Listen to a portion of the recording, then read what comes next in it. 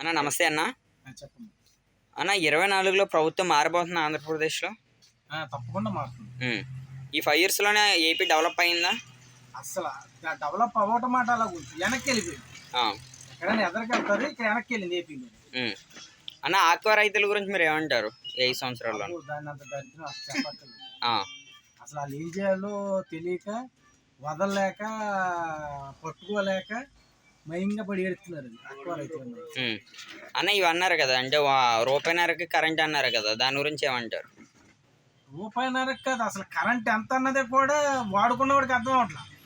ఈ నెల ఈ బిల్లు కట్టామంటే మనకి ఎంత పడ్డది అన్నది లేదు. ఈ నెల ఎంత కట్టాం కదా, వచ్చే నెల ఎంత పడుతుంది అన్నది కూడా ఐడియా ఉండలేదు. ఓకే, అసలు ఏ ఛార్జీ పెంచుతాడు అన్నది కూడా అతను వేసినోడికి తెలుస్తుంది. వేసినోడికి అడిగి బాబు దేనికి పెంచారు, నేను ఎంత వచ్చింది ఇప్పుడు ఎంత వచ్చిందంటే నాకు తెలియదండి అన్నాడు. అంటే ఎవరికి తెలియని పరిస్థితి ఉందన్నమాట అది. ఇవి సీడ్ అవ్వచ్చు, మేత అవ్వచ్చు, రేట్లు పెరిగినాయి అంటున్నారు. అది అంతా ఇంకా ఆంధ్రప్రదేశ్ చేసుకున్న కర్మ. అన్న ఒక్క మాటలో, గతంలో చంద్రబాబు గారు ఉండేటప్పుడు బాగుందా, ఇప్పుడా మీకు? చంద్రబాబు నాయుడు గారు ఉన్నప్పుడే బాగుంది. మళ్ళీ ప్రభుత్వం మారాలంటారా? తప్పనిసరిగా మారాలి. ఎవరు వస్తే బాగుంటుంది? చంద్రబాబు నాయుడే రావాలి. మరి ఎందుకు వైసీపీలో ఉన్న ఎమ్మెల్యే సీట్లని మార్పిస్తున్నారు జగన్మోహన్ రెడ్డి గారు? ఏమి చెయ్యాలో తెలియక వాళ్ళకి పిచ్చ ఎక్కిపోయినోడు ఏం చేస్తాడు చూడు. ఇప్పుడు పిచ్చోడు చేతిలోకి రాయిస్తే ఎటో కాడికి ఎట్టేసేస్తాడు. అతనికి పిచ్చోడికి ఉంటుంటే అతను ఏం చేస్తాడన్నదే ఎవరు కూడా ఊహించలేరు. అతని ముందు రాళ్ళు గుంపు ఉంది, ఒక 150 రాళ్ళు గుంపు ఉంది. ఆ రాయిని ఏ రాయిని ఎటో కాడికి ఎట్టేస్తాడు. అది దేనికి తగిలితే దానికే తగులుతుంది. 3 రాజధానులు అన్నారు. అది దాని మన రాష్ట్రానికి పట్టిన దౌర్భాగ్యం. అదే 24లో మళ్ళీ నేనే 175 అంటున్నారు కదా, దాని గురించి ఏమంటారు? అసలు 175 575 కదా, 5కి వస్తాడేమో చూడండి. 3 అంకికి వెళ్ళిపోతాడేమో. ఓకే, ఒక్క నుంచి 2 లేకంటే అటు నుంచి 2 లేకంటే చివరి అంకికి వెళ్ళిపోతాడేమో చూడండి. 5. థ్యాంక్ యూ అన్న. అన్న నమస్తే అన్న. నమస్తే, చెప్పండి అన్న. ఈ 5 ఇయర్స్లోనే ఏపీలో జాబ్స్ వచ్చినాయా? అసలు జాబ్ అన్న ప్రసక్తి ఏపీలో లేదండి.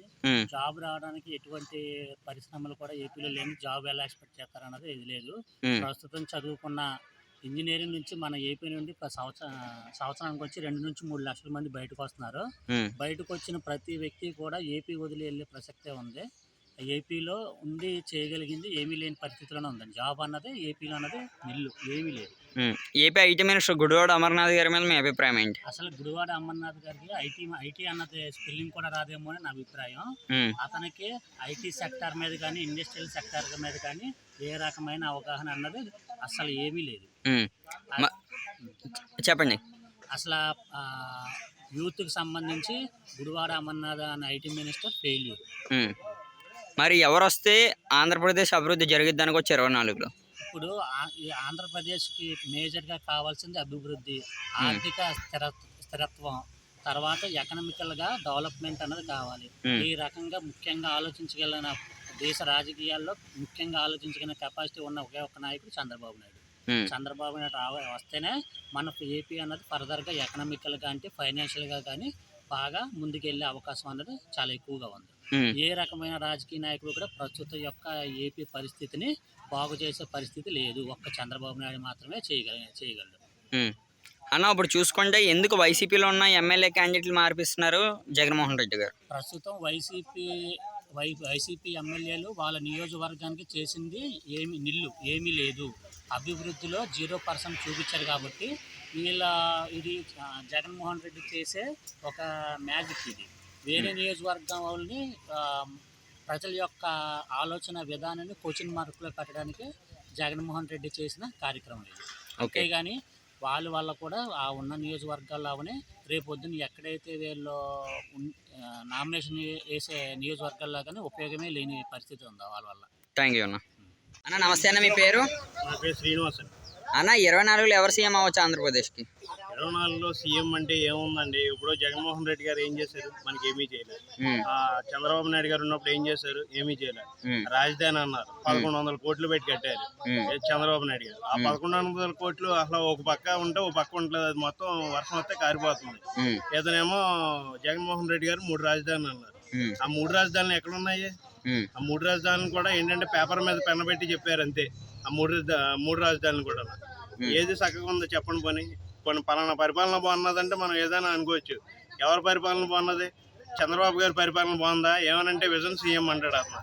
ఇతను ఏంటి, నేను సిద్ధం. దేనికి సిద్ధం? ఇతను ప్రతిదానికి సిద్ధం అంటున్నారు. ఏ విధంగా మనం నమ్మాలి చెప్పండి ఇద్దరినే? పవన్ కళ్యాణ్ గారి గురించి పవన్ ఏమంటారు? కళ్యాణ్ గారు అతను పొత్తు పెట్టుకోకుండా ముందుకు వస్తే ఏదైనా చేయొచ్చు. పొత్తు లేకుండా నేనేమో వాళ్ళతో వెళ్తాను వీళ్ళతో వెళ్తానంటే ఎలాగండి? కంపల్సరిగా ఎవరో ఒకరు మనం ఇప్పుడు నేను సీఎం గా పోటీ చేయాలనుకుంటే ఎలా 170 సీట్లకి పోటీ చేయాలి. ఇప్పుడేమో చంద్రబాబు గారు ఏమో నేను ఇచ్చిన సీట్లో పోటీ చేయాలంటే దానికే పోటీ చేస్తారా? ఇంకా ఫుల్ గా దేనికి పోటీ చేయరా? అతనికి ఆ సత్తా లేదా? ఇప్పుడు ఏంటంటే మనం వెళ్తున్నాం, ముందుకు వెళ్ళినప్పుడు ఎలా ఉండాలి?